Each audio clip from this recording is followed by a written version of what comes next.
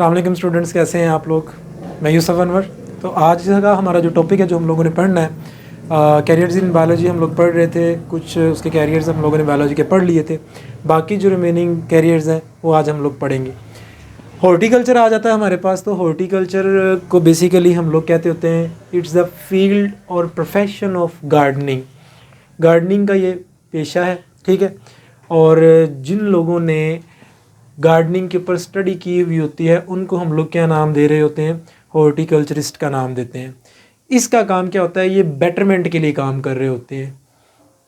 Betterment किसकी होती है, बेटरमेंट होती है ऑर्नामेंटल प्लांट्स की। सजावट वाले पौधे होते हैं, उनमें उनकी जो वैरायटी एग्जिस्ट कर रही हैं या उनकी जो न्यू वैरायटीज़ आ रही होती हैं उनकी बेटरमेंट के लिए ये हॉर्टिकल्चरिस्ट क्या कर रहे होते हैं, काम कर रहे होते हैं।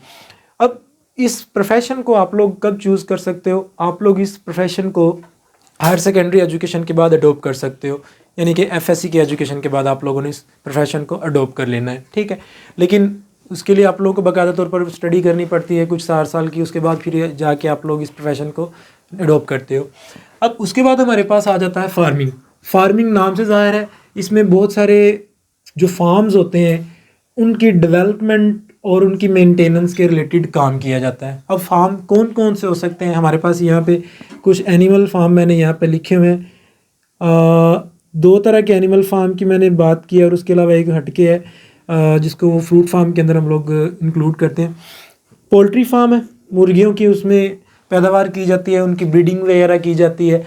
तो पोल्ट्री फार्म में एक तो गोश्त की पैदावार आप लोगों ने हासिल करनी होती है, दूसरा अंडों की पैदावार लेनी होती है। और जो फ्रूट फार्म्स की बात करें तो इसमें डिफरेंट टाइप्स के फ्रूट फार्म, जैसे आम के बागात आप लोग बना रहे होते हो उसके फ्रूट फार्म बन जाता है। ऑरेंज फार्म होते हैं, ऑरेंज के माल्टे के बागात होते हैं पाकिस्तान के अंदर, आप लोग ने इन चीज़ों को देखा हुआ होगा, इन बागात को। तो वहाँ पे फ्रूट फार्म्स वगैरह की प्रिपरेशन की जाती है। डेयरी फार्म के बारे में आप लोगों को पता है, इनको मिल्क फार्म भी कहा जाता है। मतलब कि यहाँ पे गाय भैंस वगैरह की प्रोडक्शन की जाती है, उनकी ब्रीडिंग भी की जाती है साथ साथ, और उसके साथ ही क्या किया जाता है, इनसे मिल्क की प्रोडक्शन क्या की जाती है, हासिल की जाती है। इस प्रोफेशन को जिस बंदे ने एग्रीकल्चर के बारे में पढ़ा होगा, जिसने एनिमल हस्बेंड्री के बारे में पढ़ा हुआ होगा और जिसने फिशरीज़ का के बारे में पढ़ा हुआ होगा, क्योंकि फ़िश फार्म भी आप लोग इसमें आ जाता है, फ़िश फार्मिंग भी आ जाती है। तो ये 3 प्रोफेशन स्टडी करने के बाद आप लोग फार्मिंग के प्रोफेशन को चूज़ कर सकते हैं। फॉरेस्ट्री की बात करें तो फॉरेस्ट्री वर्ड निकला है जंगलात से। तो इसके जितने भी प्रोफेशनल्स होते हैं जिन्होंने फॉरेस्ट्री के बारे में स्टडी की हुई होती है, वो फॉरेस्ट की देखभाल करते हैं, लुकिंग आफ्टर मैंने यहाँ पे लिखा हुआ है, तो इसका मतलब होता है देखभाल करते हैं।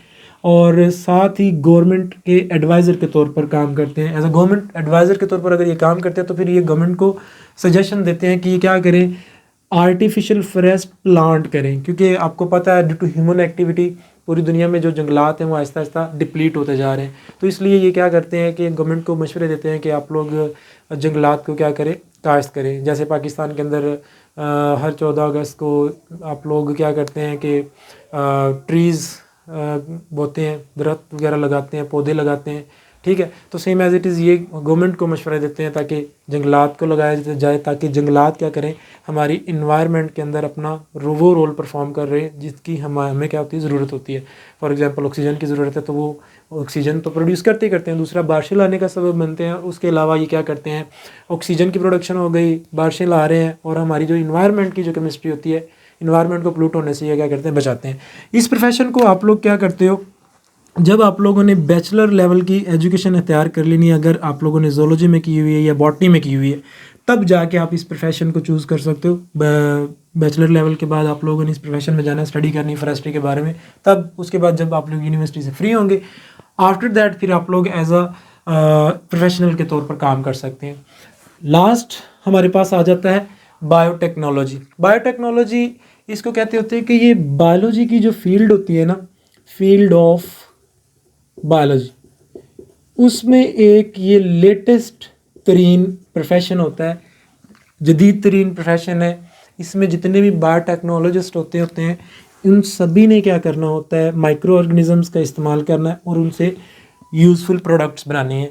इनमें हमारे पास बैक्टीरिया भी आ जाते हैं, एज अ माइक्रो ऑर्गेनिज्म के तौर पर इनको लिया जाता है। बैक्टीरिया से इंसुलिन की प्रोडक्शन करवाई जाती है, ठीक है।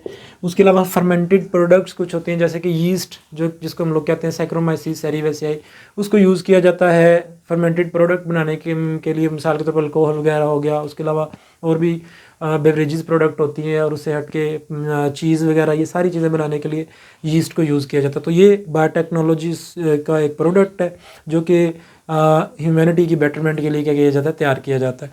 ठीक है, उसके बाद है जी हायर सेकेंडरी एजुकेशन के बाद आप लोग इसको क्या कर सकते हैं, अडोप्ट कर सकते हो, या फिर बैचलर लेवल की तालीम के बाद जिसमें अगर किसी ने जियोलॉजी या बॉटनी के साथ इसको पढ़ा हुआ है या फिर ये वाली एजुकेशन है तैयार की हुई है, तो उसके बाद ये क्या कर सकते हैं, बायोटेक्नोलॉजी के वाले प्रोफेशन का आप लोग अडोप्ट कर सकते हैं एज अ बायोटेक्नोलॉजी।